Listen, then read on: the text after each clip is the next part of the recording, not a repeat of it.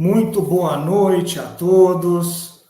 É um prazer tê-los aqui conosco nessa live, né, de um tema tão importante, de um tema tão abrangente, tão atual e que está movimentando aí as empresas, os executivos, as áreas de gestão de pessoas. Então, muito bom ter vocês conosco hoje para a gente ter esse bate-papo sobre o tema, né? Traremos coisas aqui que eu tenho certeza que vocês ainda não conhecem e vai ser uma oportunidade muito interessante da gente fazer uma troca, tá? Mas antes de trazer os demais expositores, eu quero passar para vocês qual é a dinâmica desta nossa live, tá? Então, os primeiros 45 minutos, a gente vai dedicar que cada um faça a sua exposição, que tenha ali as abordagens que tiver que ter. Os últimos 15 minutos, ele vai ser reservado às perguntas, tá? Então, assim, quem tiver alguma pergunta, quem tiver alguma questão em relação ao tema, coloca no chat, manda no WhatsApp da Viabiliza, que nos 15 minutos finais a gente vai entrar nessas questões, e caso alguma questão não venha a ser respondida, a gente faz isso no privado aí para vocês, tudo bem? Antes de chamar os palestrantes, só um tema importante, gente. Quando a gente fala de igualdade salarial, surge na cabeça de muitos como uma coisa nova, e não é novidade, tá? Se a gente pegar a Constituição, já trata disso. Se a gente pega a CLT de 1943, já trata disso. Se a gente pegar a Declaração Universal dos Direitos Humanos, do qual o Brasil também é signatário, já trata disso, tá? Então, assim, não há novidade, existem novas exigências, tá? Agora, para a gente começar a discorrer um pouco sobre isso, eu queria chamar aqui primeiro o Jorge Ruivo, tá? Ele vai contar algumas novidades de algumas parcerias aqui que a Viabiliza firmou. Então, tá contigo, Ruivo. Gente, primeiro, muito obrigado. Um número de inscritos bastante grande. Acho que a gente vai realmente trazer coisas novas e coisas que vocês estão vivendo no dia a dia e, eventualmente, essa troca de informações vai ajudá-los a perseguir aqui alguns caminhos, tomar algumas decisões, pelo menos orientações. A Viabiliza sempre acompanha, nesses 37 anos de existência, o que vem acontecendo no mercado. Nós fizemos isso com o E-Social, trouxemos profissionais na época para implantar E-Social nas empresas, e da mesma forma agora estamos fazendo com a igualdade salarial. Nesse aspecto de aparelhar a Viabiliza e trazer profissionais extremamente capacitados e que estão vivendo esse momento aí junto com a gente, conhecendo toda a legislação, nós estamos trazendo o Eduardo Pastore, né, uma referência aí na área de conhecimento sindical, de associações, de uma série de empresas que estão demandando muito isso. Além dele, trouxemos também o Orlando, um profissional de longa data, foi diretor de RH de diversas empresas, hoje tem uma posição importante aí no Corale, na BRH, o Eduardo também participa desse grupo. Então, assim, nós procuramos trazer as melhores referências para que a gente consiga entregar para vocês o maior número de informações e tenham certeza que todo o suporte que vocês precisarem, a Viabiliza já se aparelhou, está pronta para ajudar ou mesmo até acudir as empresas nesse momento, ok? Muito obrigado, Gilson. Prossiga aí com uma live. Então, vamos lá. Pastore, eu preciso que você nos ajude a entender como é o tema igualdade salarial no mundo. Na minha fala inicial, né, eu já comentei que existem algumas coisas internas aqui do Brasil que já nos amparam. Agora, o mundo, como é que o mundo está tratando isso? Isso é novo? Conta pra gente. Boa tarde a todos aqui que estão online conosco. Obrigado, Jorge, Gilson, obrigado a Viabiliza pelo convite de estar aqui falando com meu amigo Orlando. E vamos aqui, ao longo dessa hora aqui, procurar trazer para vocês para quem está nos assistindo virtualmente, alguns aspectos importantes da Lei de Igualdade Salarial. Antes de... só vou fazer uma observação aqui de ordem técnica operacional. Nós estávamos discutindo aqui, nós 4 aqui, sobre esse tema, mas antes de falar do tema, a gente gostaria de fazer um pedido para vocês, para que vocês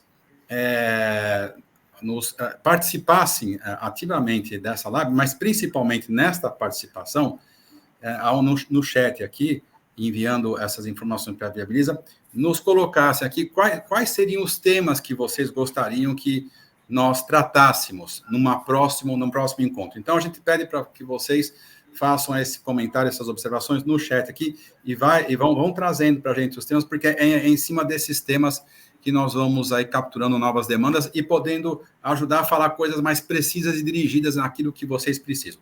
Só faço essa observação para que vocês, ao longo da nossa apresentação, nos deem essas sugestões. Bom, o Gilson fez uma pergunta bem difícil, mas eu vou tentar responder aqui, resumidamente, a questão da desigualdade salarial. Todos sabem aqui, todos que estão nos assistindo, sabem que a questão da desigualdade salarial ela é muito democrática. Ela está inserida em todos os países do mundo. A Organização Internacional do Trabalho ela tem estudos, já pesquisas, mostrando que a média da desigualdade salarial entre homens e mulheres, desta desigualdade salarial que nós estamos tratando aqui, a média de diferença salarial entre homens e mulheres é na ordem de 25%, 25%, isso de uma maneira geral. Aqui no Brasil, também nós temos pesquisas indicando que as mulheres ganham 25% a menor do que os homens, muitas vezes trabalhando na mesma função, exercendo a mesma atividade. Bom, isso vale, a desigualdade salarial, como eu coloquei aqui, acontece na Suíça, na Itália, na Espanha, todos esses países têm políticas, inclusive, muito atuantes e eficazes para combater e mitigar a questão da desigualdade. Os modelos são vários, os países na Europa, geralmente, eles entendem combatem a questão da desigualdade, fixadas em cima de número de empregados, ou seja, dependendo do tamanho da empresa, ela tem algumas obrigações para combater de uma maneira mais eficaz a desigualdade salarial. Essa é uma metodologia, por assim dizer, adotada pelos países europeus. Aqui na América Latina, nós não temos os países combatendo a desigualdade vinculada a um número de empregados. Os países latino-americanos, eles combatem a desigualdade em normativos, em sistemas jurídicos de uma maneira mais abrangente, ponderando de uma forma geral que a desigualdade salarial precisa ser combatida, ponto, final. E é isso que está no ordenamento jurídico dos países latino-americanos. É um sistema um pouco mais aberto. A única exceção é o Brasil, que tem agora, a partir de 2023, justamente a Lei 14.611, que é uma lei que vem procurar combater a desigualdade salarial, não só entre homens e mulheres, mas entre pessoas de raças diferentes, etnias, origem, cor, ou seja, é uma lei bem ampla que vem agora, com um pouco mais de precisão, tentar mitigar essa questão da desigualdade salarial. Como o Gilson colocou aqui, no ordenamento jurídico brasileiro, a desigualdade salarial, esse tema não é novo. Ele está lá na CLT desde 1943, através do artigo 5º, através do artigo 611. Esses artigos são de 43, portanto, vocês vejam, 80 anos de existência, que tratam mais especificamente da equiparação salarial voltada ao combate à desigualdade. Então, esses artigos estão na CLT, portanto, é um tema antigo, por assim dizer, dentro do ordenamento jurídico brasileiro. E temos também na própria Constituição de 88, normativos e artigos específicos voltados à questão do combate à desigualdade salarial. Portanto, no caso brasileiro, esse tema aqui, ele não é novo, ele é relativamente antigo. Mas agora nós temos uma novidade, que é essa Lei 14.611, de 2023, que vem trazer alguns elementos mais precisos do combate à desigualdade salarial. Nós não vamos aqui, logicamente, citar todos os artigos da lei, mas nós vamos dar aqui uma visão geral dela, só para quem está nos assistindo entender o que ela propõe. Orlando, Não, conclui, só tem uma pergunta que vai fazer conexão com o que você está falando. Conclui aí seu raciocínio, por favor. Então é o seguinte, essa lei, do artigo 1º até o artigo 5º, ela estabelece regras gerais para todas as empresas de todos os tamanhos no combate à desigualdade salarial. Ou seja, é uma lei que vem dizendo o seguinte, todas as empresas precisam ter uma política efetiva de combate à desigualdade salarial. A discriminação, de uma maneira geral, e a desigualdade salarial deve ser tenazmente combatida. Inclusive, essa lei tem regras gerais, no sentido de que ela indica que as empresas, todas as empresas, micro, pequenas, médias, grandes empresas no Brasil, devem efetivamente combater a desigualdade salarial e mais, apresentar políticas efetivas de combate à desigualdade salarial, que está debaixo, inclusive, do ESG, do compliance, como vocês muito bem sabem, hoje mais do que nunca, essa questão está em voga e precisa ser observada. Do artigo 5º até o final dessa lei, do artigo 5º em diante, existe uma regra específica para o combate à desigualdade salarial. Qual que é? As empresas, essa é uma regra que vai na direção das empresas com mais de 100 empregados. Então, as empresas com mais de 100 empregados têm que cumprir todas aquelas regras do artigo 1º até o artigo 5º, só que com uma específica. As empresas com mais de 100 empregados, empresas privadas, pessoas jurídicas de direito privado, elas têm que elaborar um relatório de transparência salarial.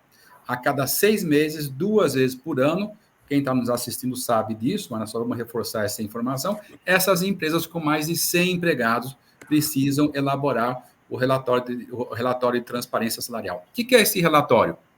É um relatório que é um relatório que traz uma fotografia de como é que está a política salarial e a distribuição dos salários entre homens e mulheres dentro da empresa. Nós estamos colocando homens e mulheres, mas vocês já sabem que a lei é muito mais ampla do que isso. Mas, por enquanto, nós vamos focar nesses dois requisitos, entre homens e mulheres. E a cada semestre, já passou o relatório agora em março de 2024, agora temos um relatório para setembro, as empresas vão ter que publicar esses relatórios. O que são esses relatórios? Vocês já sabem disso, mas nós vamos esclarecer rapidamente. Nada mais é do que essa foto, mostrando como é que está a estrutura política salarial das empresas, e esse relatório deve ser encaminhado, como as empresas com mais de 100 empregados já fizeram aqui, encaminhado para o Ministério do Trabalho, que vai fazer uma análise, já fez essa análise, inclusive, entendendo como é que está a estrutura, a política salarial de cada empresa, e depois desse ato, o Ministério do Trabalho faz um outro relatório de transparência, que é o seu relatório, dizendo o que para as empresas? Que é nesse momento nós estamos agora. Olha, empresa X, nós recebemos essas informações e vocês aparentemente não têm desigualdade que se refere à discriminação salarial. Então, vocês estão bem na fita. Ou então o Ministério do Trabalho pode falar assim, não, olha, empresa X, você aqui tem indícios de desigualdade salarial que está atrelada à discriminação. O que pode acontecer nesse caso? Isso está tudo na lei. O Ministério do Trabalho pode notificar a empresa, dizendo para ela o seguinte, olha, você faça em 90 dias uma justificativa, me apresente um plano de mitigação dessas desigualdades, porque eu quero que você tome providências. Nesses 90 dias, as empresas precisam encaminhar esse relatório de transparência, não só o relatório, mas encaminhar as medidas necessárias para combater a desigualdade, e a partir desse momento, o Ministério do Trabalho depois pode fazer 2 coisas. Primeiro, olha, estou satisfeito com a tua justificativa, não vai acontecer nada. Olha, não estou satisfeito, eu vou te aplicar uma multa. Está dentro da lei. Que multa que é essa?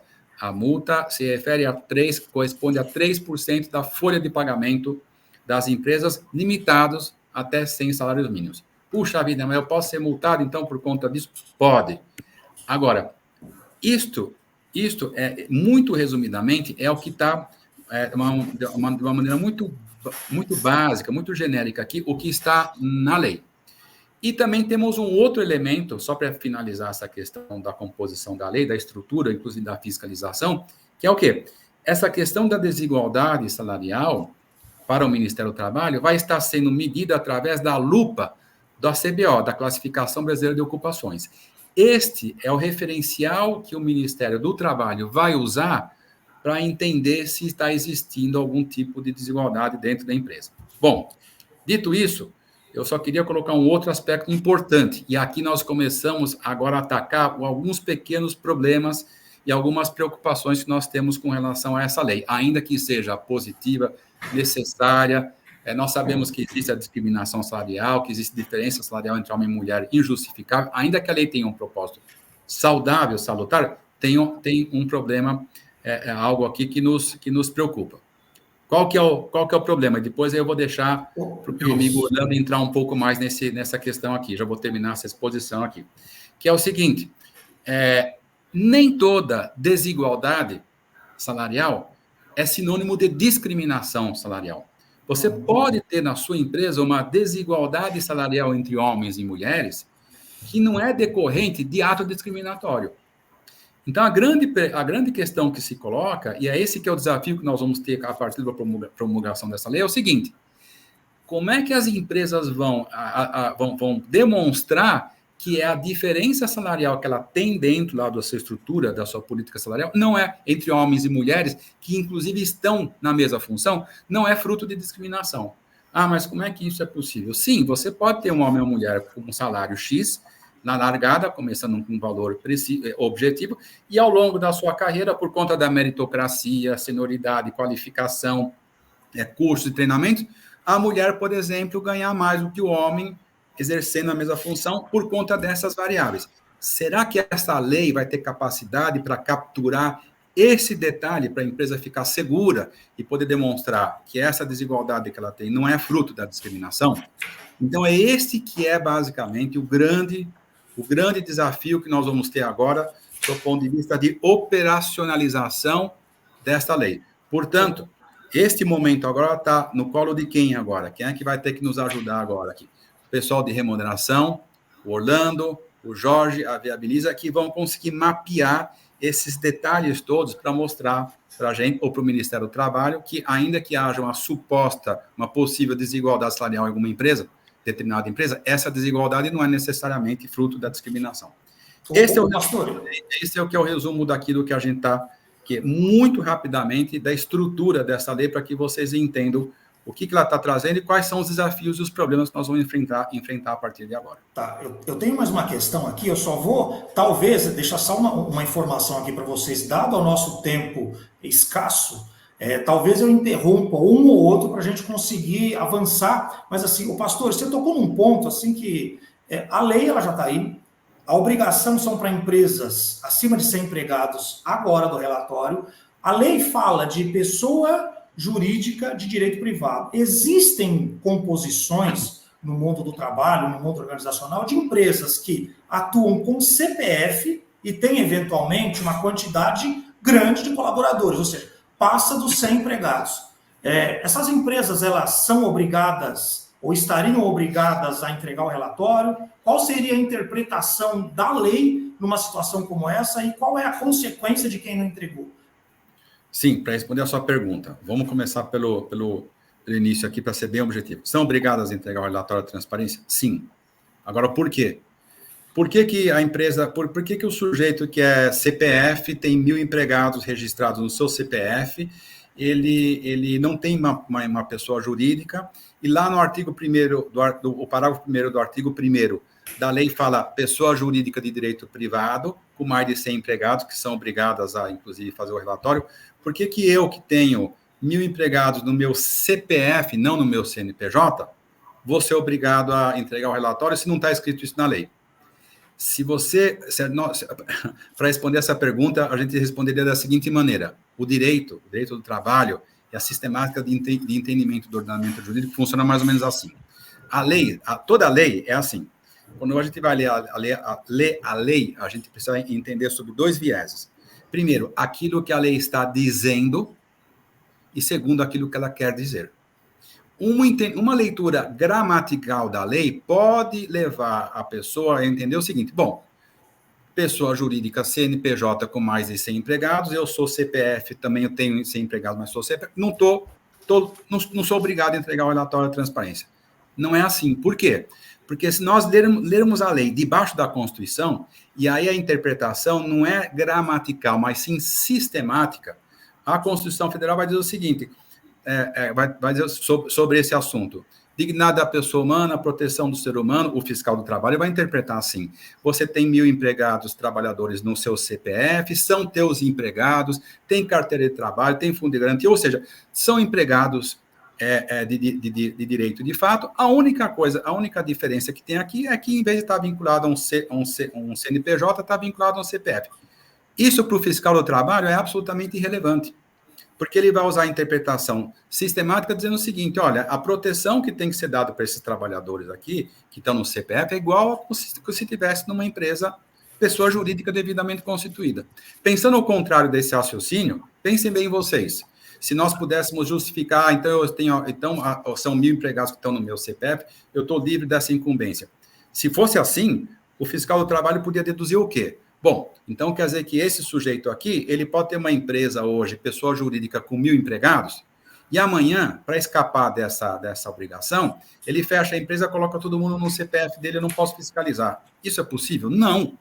O auditor fiscal do trabalho, ele não vai pensar assim, não vai agir assim.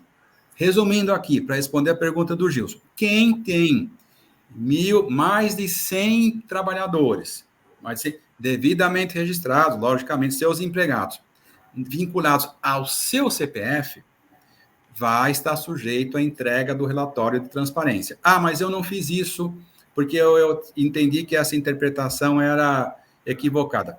Vai ter que se preparar para fazer, sabe por quê? Porque o Ministério do Trabalho vai fiscalizar e ele vai notificar essas empresas, os CPFs e os CNPJs dessas pessoas, para justificarem por que não entregaram o relatório de transparência.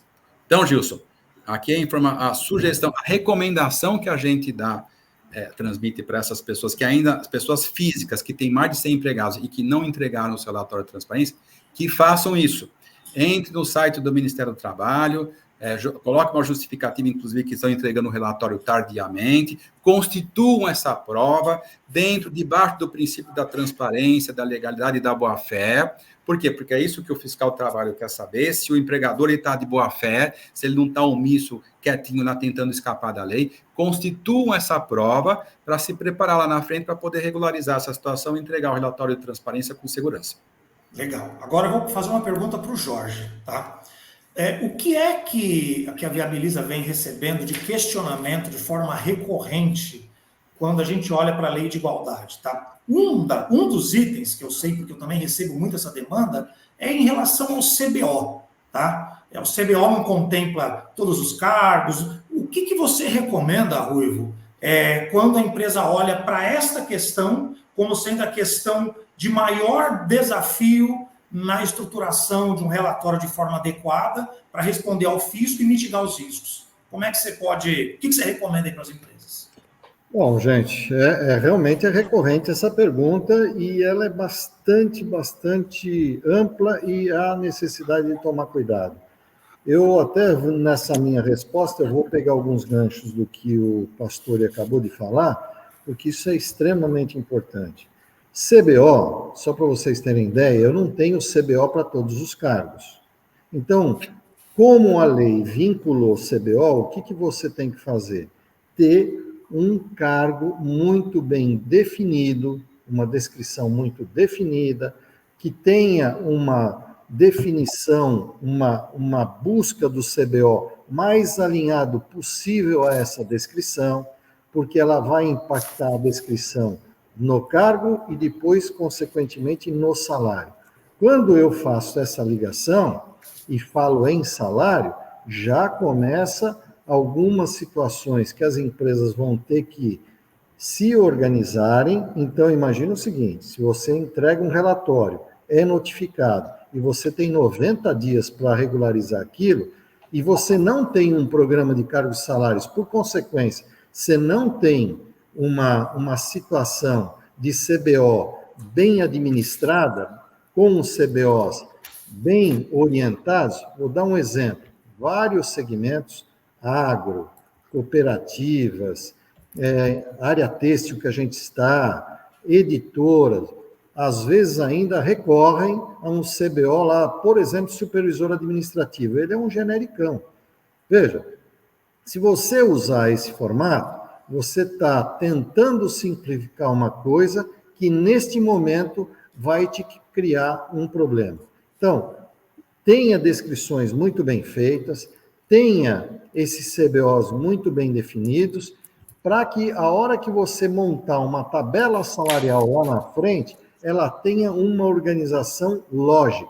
A metodologia de cargos e salários ou de estruturação de uma tabela salarial, ela é de cada empresa. Não existe uma metodologia única. Nós, por exemplo, da Viabiliza, temos a nossa, que justamente facilita porque a gente trabalha em cima de quais são as responsabilidades e qual é a complexidade daquilo. Quando eu faço isso, eu estou trazendo para a descrição várias informações que me facilitam a definição do CBO. Então, tendo esta ferramenta, certamente eu não vou errar ou vou errar muito menos. E se errar, você tem que consertar, porque o CBO hoje é uma informação importante para essa hora. Só para finalizar, o seguinte, quando você faz uma avaliação, pegando de novo o gancho do Pastore, você tem 90 dias para corrigir.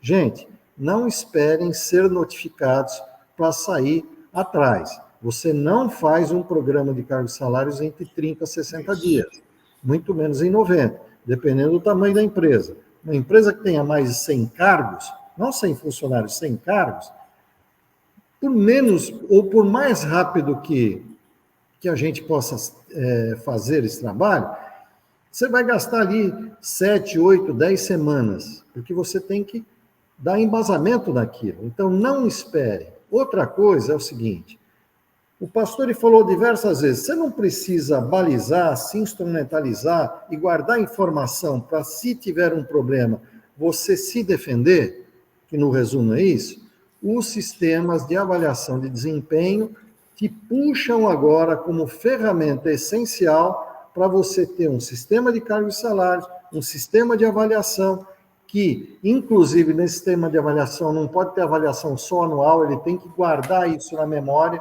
Daqui a 5 anos, se você tiver um problema, você vai justificar por que eventualmente um homem ou uma mulher ganham mais ou ganham menos.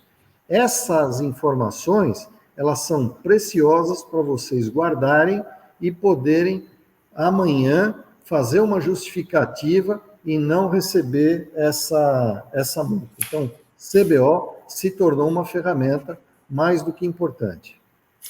Agora, essa vai para Orlando.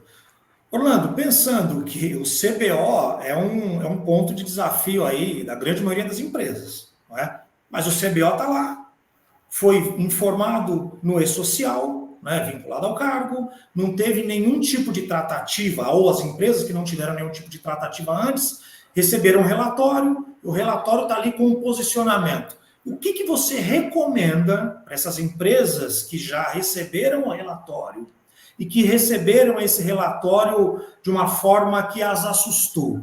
Vamos pensar assim. Que tipo de recomendação que você pode dar para esse pessoal? Olha, boa noite, é um prazer estar falando com vocês. Obrigado, Jorge, obrigado, Justo, pelo convite.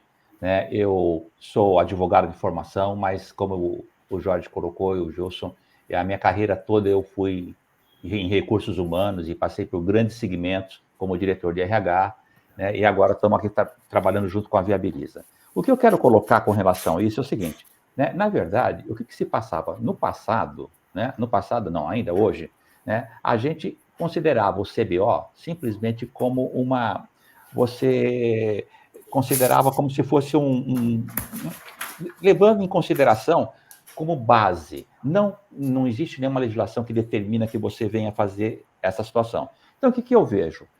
O governo, por outro lado, também, ele não tinha como fazer diferente quando ele começou a fazer essa pegar. De onde ele ia pegar esses salários? Ele pegou lá do E-Social e em cima disso ele fez lá a média, mediana e assim por diante.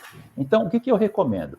Recebeu, e o Jorge já falou isso também, recebeu o seu relatório, a gente sabe que você tem o mesmo CBO, você tem uma pessoa que vai ter o nível de um coordenador e você tem também um gerente. Obviamente que estão no mesmo CBO, mas são cargos diferentes. É aquilo que o Jorge falou, que na descrição de função você pode mostrar que, embora o CBO seja o mesmo, mas tem uma diferença entre eles. Então, qual é a minha recomendação que eu faria?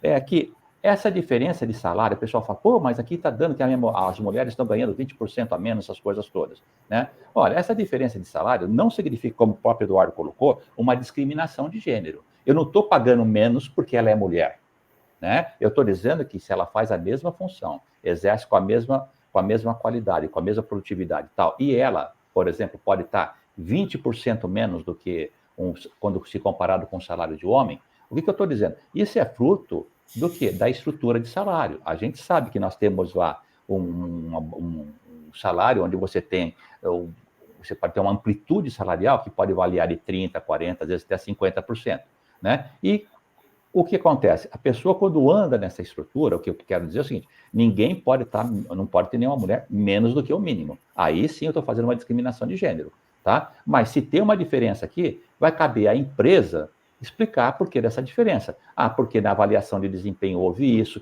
Olha, desculpa, ela é verdade, mas ela não tem um nível de escolaridade, que é um outro ponto que a gente coloca, né?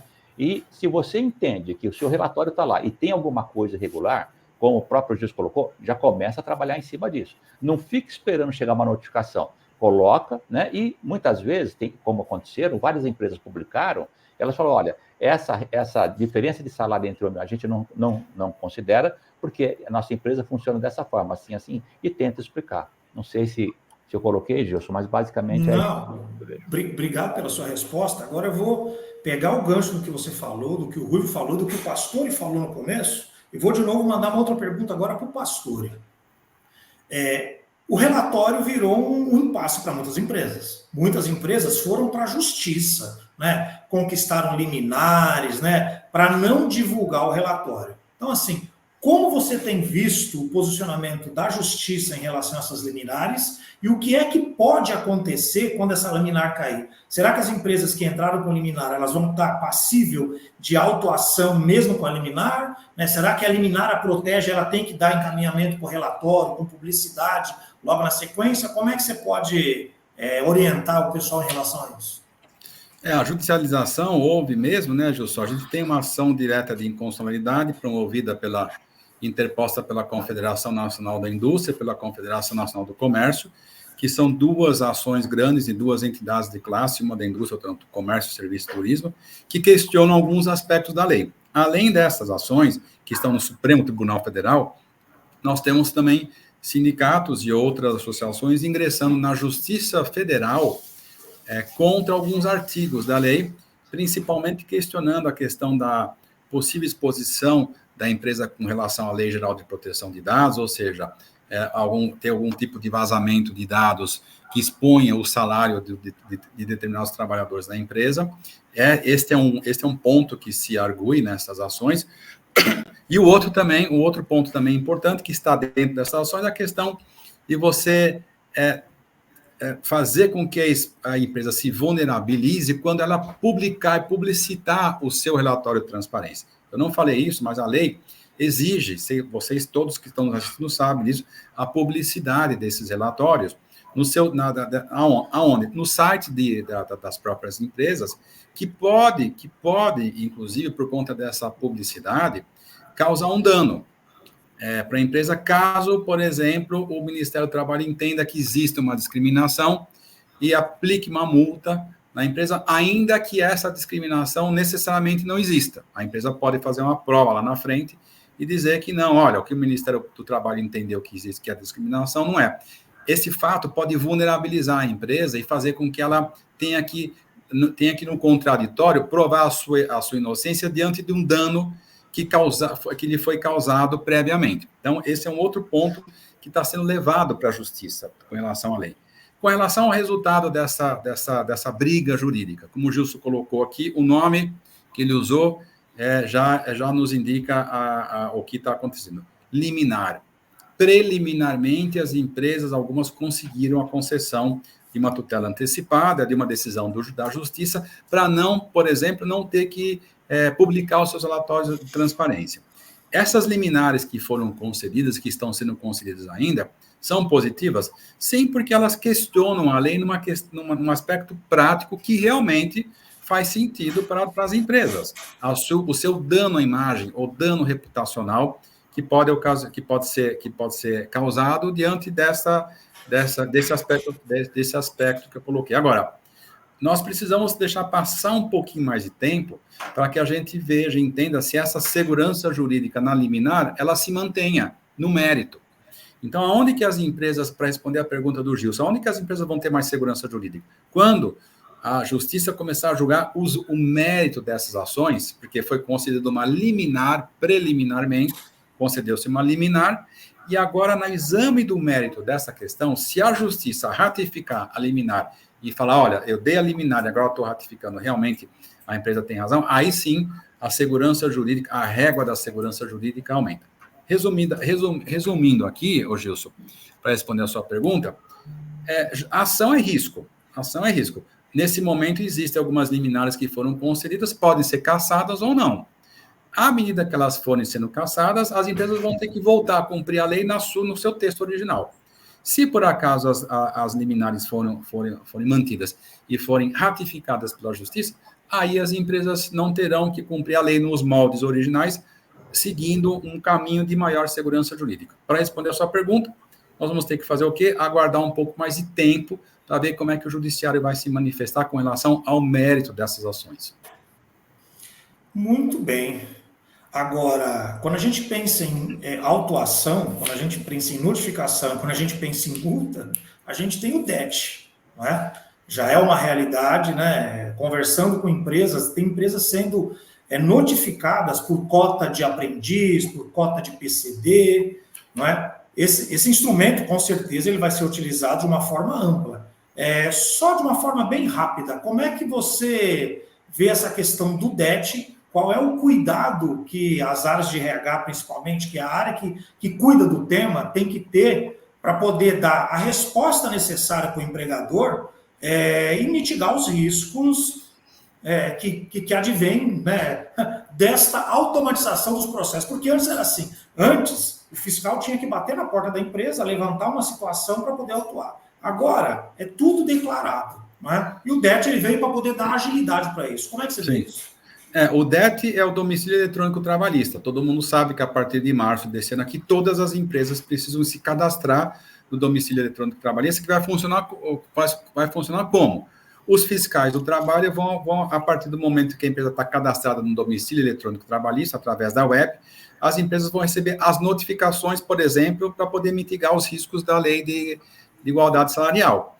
Então, o domicílio eletrônico trabalhista vai funcionar como uma correia de transmissão dessas notificações de mitigação de risco, multas da fiscalização do trabalho com relação à discriminação salarial, ou seja, o domicílio eletrônico trabalhista está absolutamente inserido nesse contexto da lei de igualdade, porque ele vai promover a fiscalização virtual, que acontece numa velocidade muito maior, em tempo real e de uma maneira muito mais agressiva contra a empresa, porque ele é rápido e preciso também.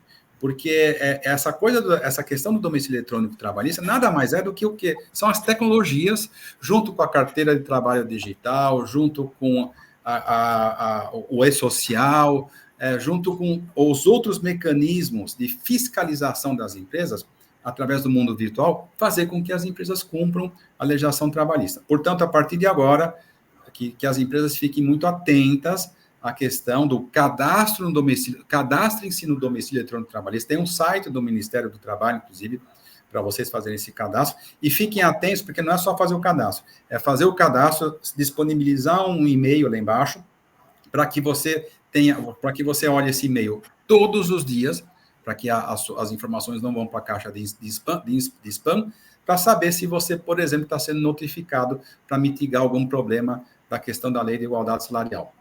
Obrigado, pastor. Ruivo, deixa eu te fazer uma pergunta agora, porque na época do e-social, né, nós vivemos aí um monte de prorrogações de prazo, né? Uma data prorroga, uma data prorroga, uma data prorroga. Na sua percepção, e na sua experiência consultiva aí ao longo de tantos anos, que já pegou tantas implementações, né, de legislação e de regra que colocaram dentro da empresa uma necessidade de agir, né? Qual que seria a dica que você daria para quem está nos ouvindo, que é da área de gestão de pessoas, que tem esse tema como um tema que está dentro do seu quintal, não é? Que recomendação que você daria para eles? Olha, a recomendação é assim, precisa estrutura e saiba que agora, como o e-social foi postergado por algumas vezes e como a gente bom brasileiro sempre acha que também essa lei vai ser postergada. Não vai, a lei não vai sair como aconteceu no e-social, ela já está implantada, no entanto que ela foi implantada diferentemente do que aconteceu lá no e-social, se classificou, se fez por setores e tal, isso não vai acontecer, já está vigindo, o relatório já foi entregue, lembre-se que lá no e-social não houve nada, vocês não precisaram se movimentar em nada, só realmente quando venceram todos os prazos é que as empresas tiveram que se organizar. Desta vez não, ela já implementou a lei, está valendo e já começam a haver possibilidades de notificação. Agora, veja só, se eu tenho essa situação já estabelecida, o que nós vamos ter que fazer? Esperar para ser notificado? De novo, nós temos que nos organizar. Organizar é ter um programa de cargos e salários, com uma tabela salarial bem definida, não ter nenhum tipo de possibilidade de discriminação dessa política de cargos e salários ou de remuneração dentro da empresa. Então, a política tem que deixar claro que não há, que os salários, como o Orlando colocou, se o meu salário para o cargo X é 5 para todas as pessoas que forem admitidas no primeiro step de uma faixa salarial. Eu não posso admitir alguém com 6, outros com 5. Então, você tem que ter uma tabela salarial funcionando. Depois, como tem também previsto a própria meritocracia, que é prevista dentro da legislação, você pode ter uns que vão para 5, para 6, para 7, para 8, a quantidade de steps que você tiver.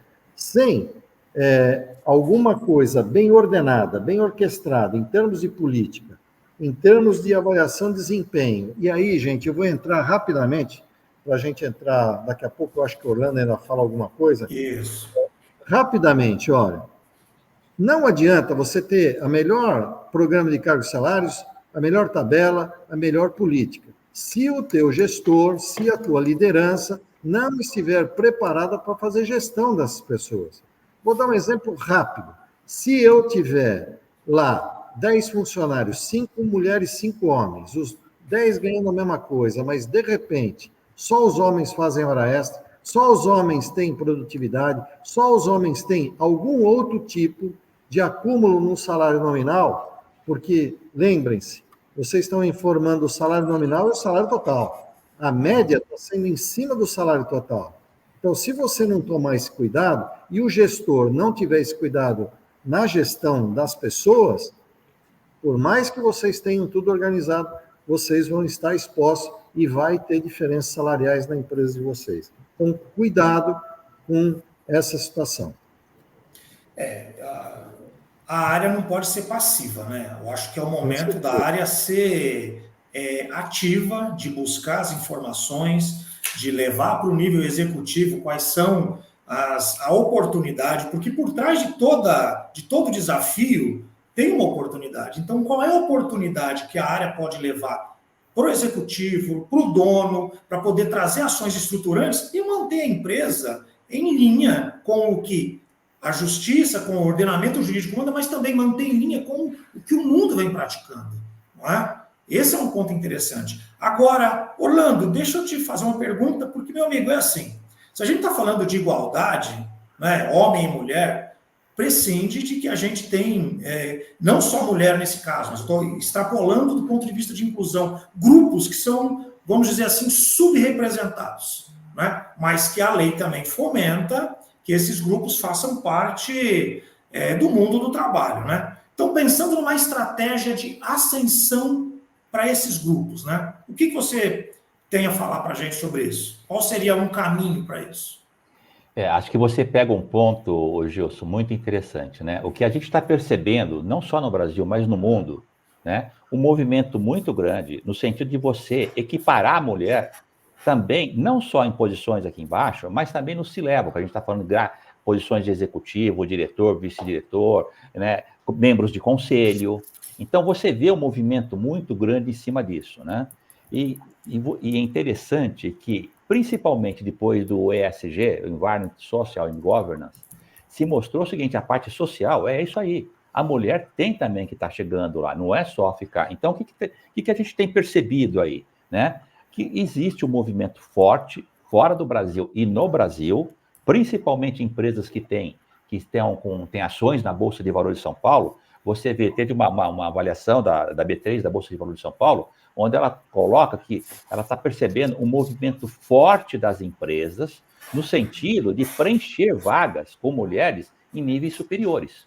Não ficar só aqui embaixo, na base da pirâmide, mas lá em cima. Né? Inclusive, estão falando, tem empresas que estão colocando o bônus anual dos seus diretores e até do seu presidente condicionado a se melhorar o que a gente chama de inventário. Ou seja, como é que estão as funções? Então, tipo assim, quantas funções eu tenho nisso?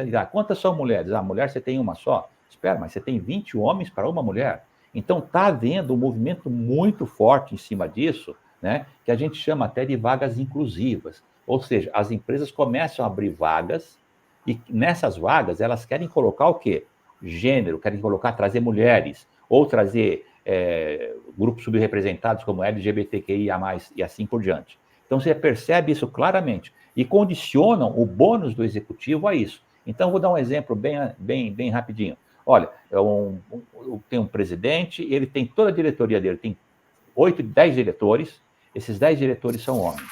Né? Hoje, o que o mercado está dizendo é, escuta, mas e a mulher? Né? Se você está falando de igualdade, de equidade, por que você não está abrindo mais vagas para a mulher? Então, a gente começa a perceber muito claramente isso no mercado como um todo. Né? E condicionando, como eu disse, o resultado. Olha, você tem aqui, então, 5% de mulher. Cara, vou te dar um ano para você pular de 5% para 10%. Mas como é que eu vou fazer? Tá aí só vou dizer o seguinte, se você não atingir isso, você vai estar perdendo parte do seu bônus em cima disso. Então, a gente percebe isso muito forte, né? E, como eu disse, a própria B3, a Bolsa de Valores, também viu muito investimento de empresas nesse sentido. A gente fala de inventário. Então, fala, quantos funcionários você tem? Eu tenho 1.000 funcionários. Tá, desses 1.000 funcionários, quantos são mulheres? Eu tenho 100. Então, você tem 10% de mulheres? Tenho 10% de mulheres. Bom, quantas mulheres estão no C-Level, em nível executivo, né? Gerência sênior, diretoria, etc. Eu tenho uma. Quantas pessoas você tem nessa? Eu tenho 10. Então você está dizendo que você tem 10% de mulher, 90% de homem. Então, buscar um pouco mais de equilíbrio em cima disso. Essa é uma tendência muito grande, não só para o Brasil, para o mundo de uma forma geral.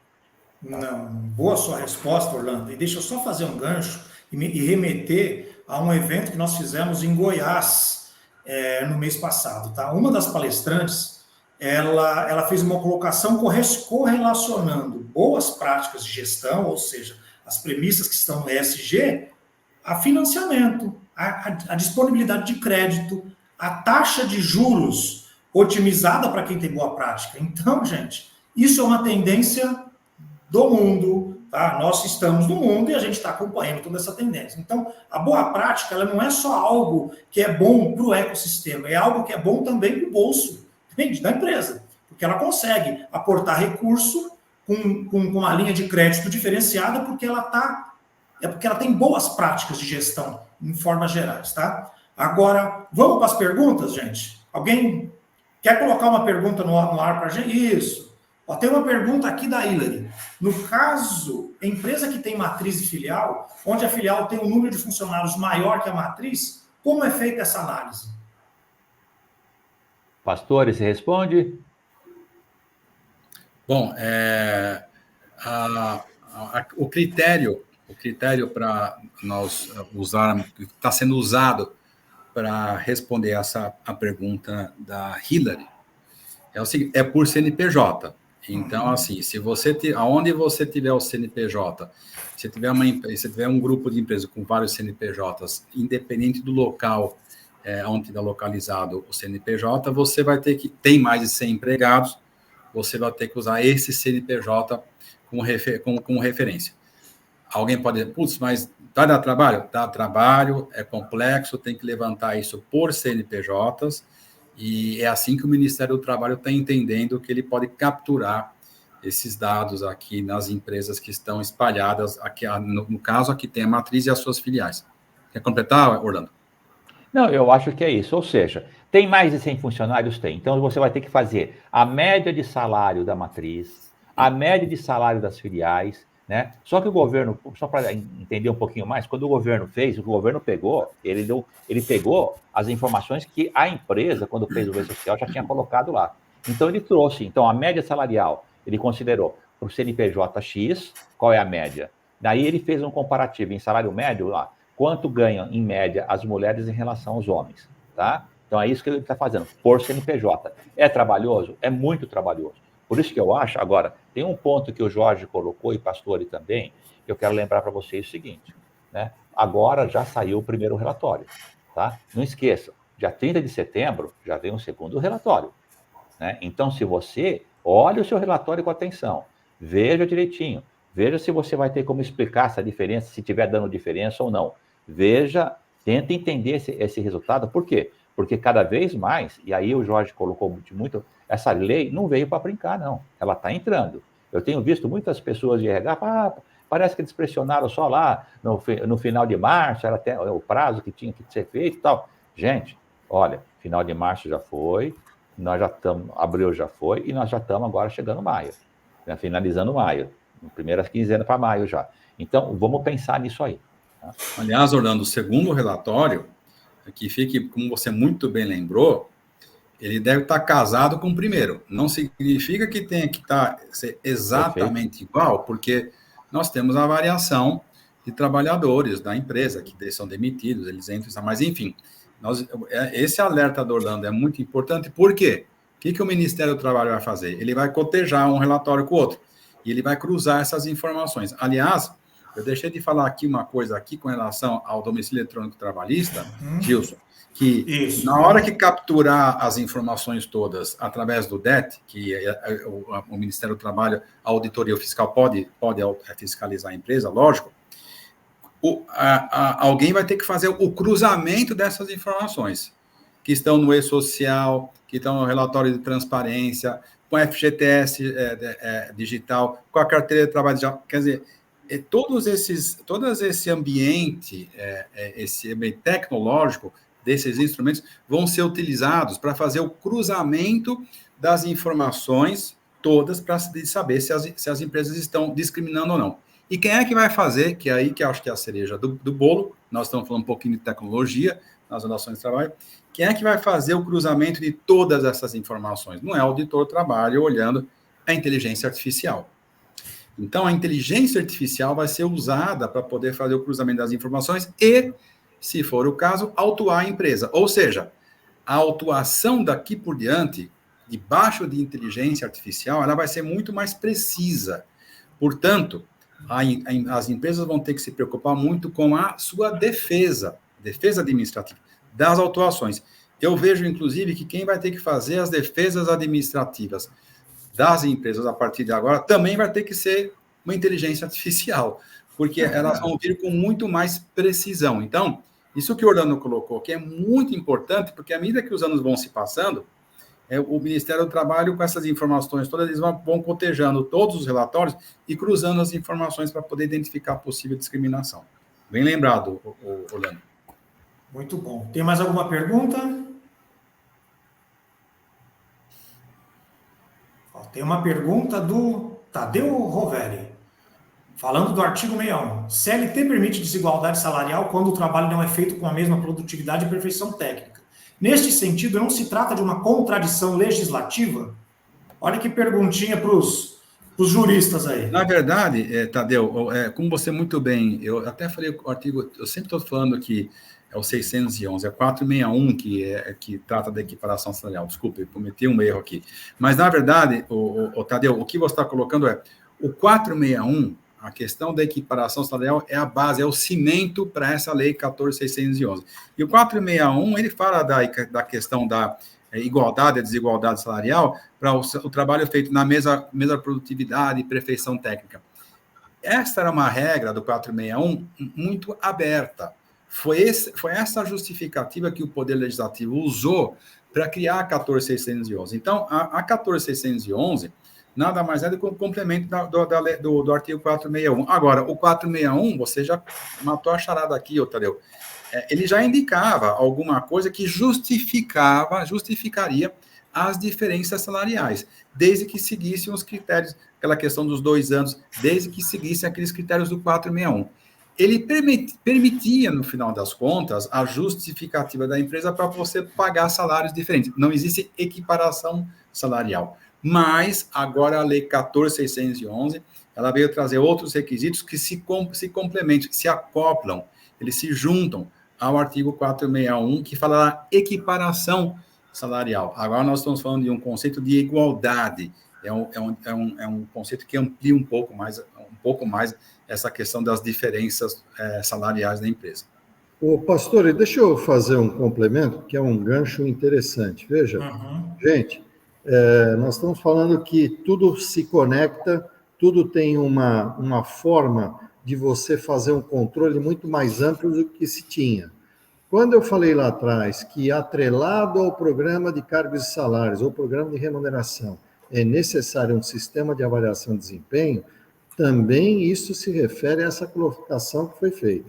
Se você não tiver ferramentas que justifiquem essas diferenças, só uma política, a política por si só não te garante isso. O que garante é você sistematicamente registrar que o Gilson entrega mais, é melhor e por isso ele ganha mais. E eu ganho menos, apesar do salário base nosso ser idêntico, mas no percorrer, ou na produtividade, ou por mérito, ou por outra gestão de remuneração qualquer, ele acabou ganhando mais do que eu. Se não tiver essa justificativa, vocês vão ficar sujeitos à isonomia salarial. Tadeu, essa é uma vertente dentro dos programas de remuneração que a gente tem tido o cuidado de manter o controle e atrelar cargos, salários, avaliação de desempenho e política juntos, para depois orientar o gestor,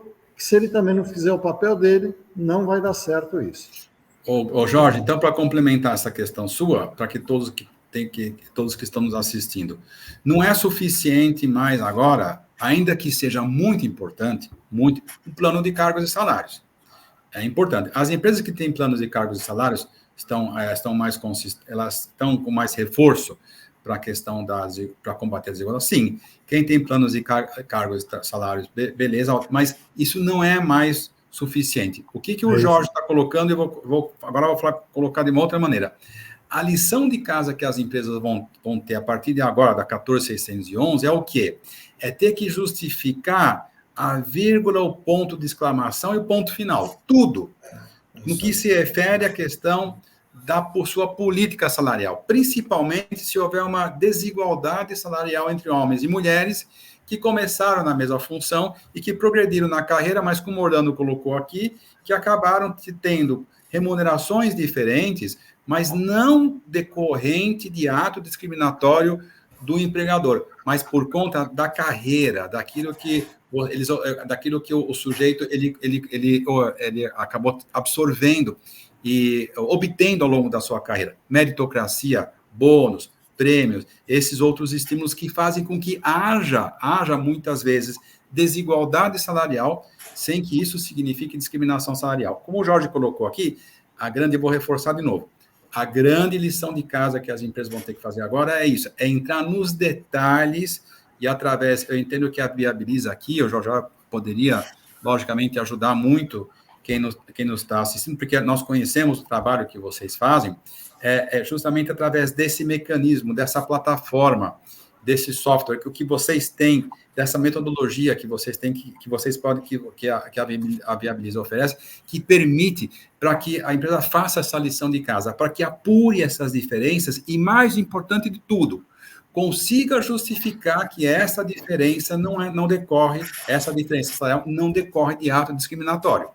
Esse é o pulo do gato para a empresa ter segurança jurídica e não se ver diante de uma atuação da fiscalização do trabalho. Fala, Orlando. Eu acho assim que, além disso, que você colocou bem, o Jorge também, tem um outro ponto que é capacitar, tá certo? A gestão da É empresa, verdade. a Você sempre liderança fala da isso, é verdade. empresa, É isso aí, né? é isso aí. No sentido, porque se o É isso aí. chefe, se a pessoa que está fazendo, ainda que ele tenha as ferramentas que a Viabiliza pode colocar à disposição dele, ele tem que saber, tem que conhecer todo o processo, tá certo? Porque vai chegar uma hora, tá deixando, ele vai sair do conforto dele. Vamos imaginar o seguinte, Bem lembrado, né? Orlando. Bem Ele vai sair lembrado. do conforto, porque o cara tem 10% de aumento, ele fala assim, eu vou dar 10% de aumento para toda a minha equipe, assim eu fico bonito com todo mundo. Mas é aquele cara que faz mais que o outro. Ele fala, por que É você está isso aí. recebendo É mesmo? isso aí. Entendeu? Então, ele tem que entender toda a sequência dessa legislação e o que o governo está querendo fazer. Então, eu acho que tem um lado político aí, claro, quando a gente está falando de mulher, de LGBTI, de pessoas negras, essas coisas todas. Além disso, a liderança tem que saber muito bem como funciona toda a ferramenta que a empresa está Perfeito, bem lembrado. É isso disponibilizando aí. para ela. Isso é fundamental. Orlando, deixa eu complementar, apesar de a gente já estar aí em cima do horário. Veja, o que você está falando é absolutamente importante, mas se eu, como empresa, como RH, não treinar a minha liderança e fazer com que eles criem essa responsabilidade de seguir a política, a regra da empresa, o plano de governança que ela está colocando, e de repente, ou desavisadamente, ou até por outras situações, dar preferência numa hora extra, num mérito, ou imagina numa área de vendas, eu dou um público maior e melhor para um homem e um público pior e menor para uma mulher. Significa que o resultado da comissão, ou da venda, ou de qualquer outra situação, vai favorecer o homem e vai prejudicar a mulher. O salário base é o mesmo, é igual, só que se ele não tiver essa consciência, e tem que trazer essa liderança, essa consciência, falar, gestor, olha qual é o nível de responsabilidade que você passa a ter agora. Ser gestor não é só distribuição de tarefas, e sim gestão de gente, para que haja compatibilidade e que você consiga trazer um equilíbrio, tanto nas relações pessoais, quanto na relação de remuneração. Se isso não for feito, vocês, RH, vão continuar com problemas daqui para frente. Ô Rui, você está lendo a minha mente antecipando uma pergunta que eu ia fazer. Que bom que você já respondeu, viu? Porque o que eu ia perguntar para os três? O Rui já deu o posicionamento dele, é assim, a gente está se encaminhando para o final, puxa, que pena, né? Um tema desse é um tema que a gente podia pensar numa outra live, a gente podia pensar num encontro presencial, seja o que for, para a gente discutir, de repente, com mais tempo e com mais detalhes quais são os caminhos, tá? Mas o que eu quero perguntar agora para o Orlando e para o Eduardo? A gente tem aqui empresas de diferentes segmentos, de diferentes portos, com diferentes níveis de senioridade também, quando a gente fala de gestão. Agora, o fato é, todas têm que cumprir a mesma obrigação. E detalhe, hoje fala de empresas acima de 100. Gente, isso vai cascatear para todas, é questão de tempo.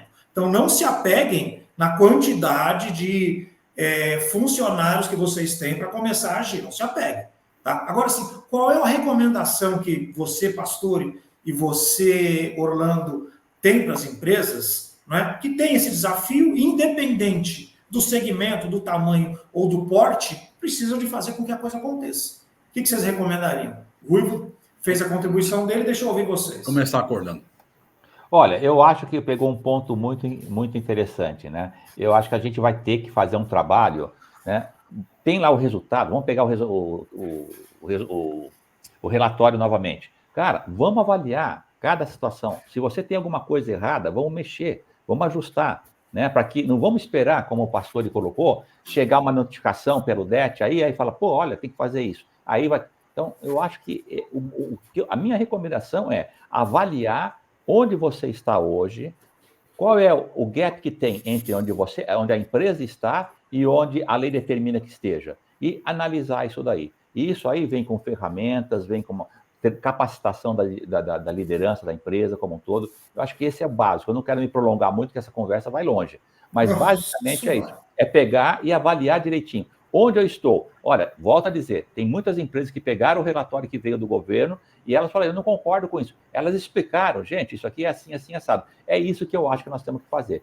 Tem que trabalhar. Não adianta ficar. E outra, o Gilson coloca acima de 100 empregados, é verdade, mas essa lei vale também para empresas com menos de 100 empregados. Ela só não é obrigada a fazer o relatório, mas a lei é a mesma para todo mundo. Tem 3 empregados, está valendo a lei. Então, é esse o ponto que eu queria deixar claro. Obrigado, Orlando. Diga, Pastori. Resumindo o que o Orlando falou, é melhor prevenir do que indenizar. Então, devia estar aqui. Eu acho que é isso aqui, resumidamente aqui. É isso. Gente, muito bom, né? Estar com vocês aqui. Esse tema é um tema interessantíssimo. Mandem perguntas, tá? Com quais são os outros temas que vocês gostariam que nós falássemos, tá? Assim, ficou claro que este é o nosso know-how, tá? A Viabiliza, ela tem um know-how gigante neste tema, tá? A gente, independente de ter a lei de igualdade em vigor, como a gente trabalha com programa de remuneração, desenvolvimento de liderança, desempenho, enfim, a gente está em toda essa cadeia, todo este cuidado que a lei trouxe, a gente sempre teve, independente do momento da lei ou não. Então, assim, quem tiver alguma necessidade, quem quiser se aprofundar em algum tema, a gente vai colocar aqui quais são os nossos contatos, tá? Fiquem à vontade para nos procurar, né? E a recomendação todos falarem, eu vou falar também. Gente, não deixem para os 45 minutos do segundo tempo para poder agir, tá? Quanto mais tempo demorar para agir, maior vai ser o tamanho da pancada lá na frente. Porque isso não tem volta, tá? Isso não tem volta. Ô, Gilson, eu chamo isso aqui gestão com emoção. Quem deixa bastante emoção. Eu vou complementar o seguinte, não adianta sair abrindo filial para dividir a quantidade de funcionários e chegar a menos de 100. Não vai resolver o problema. Não adianta fazer, como outro dia tive um pedido, você consegue montar um programa de cargos e salários só para matriz e filial não, ou só para filial e matriz não? Não existe isso, gente. Isso tem que ser uma política geral e genérica, que tem que estar dentro do dia a dia de vocês, né? Acho que todos aí afirmaram, não dá para a gente esperar receber uma notificação para correr atrás. Vale a pena se estruturar antes. E só gente, falar... muito bom. Diga. Só um ponto só. E lembrando também que em determinado momento a lei fala até de envolvimento de sindicato, de trabalhadores. Sim, canal de denúncias. Isso, caso de... Então, é mais um ponto ainda. Enquanto a coisa está só dentro da empresa, a gente vai ajustando. Agora, quando você envolve sindicato envolve Ministério do Trabalho, e enfim, a coisa acaba complicando mais ainda.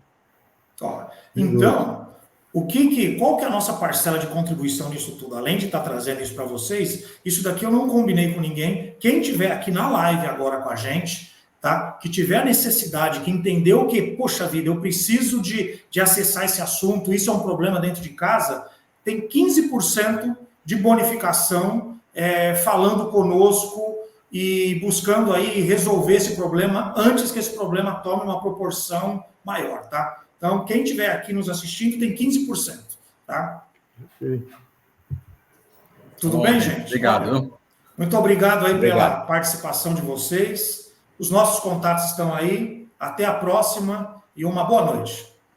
Gente, obrigado, Orlando. Participação sempre com a gente. Foi um prazer estar com todos vocês aí. Muito obrigado mesmo.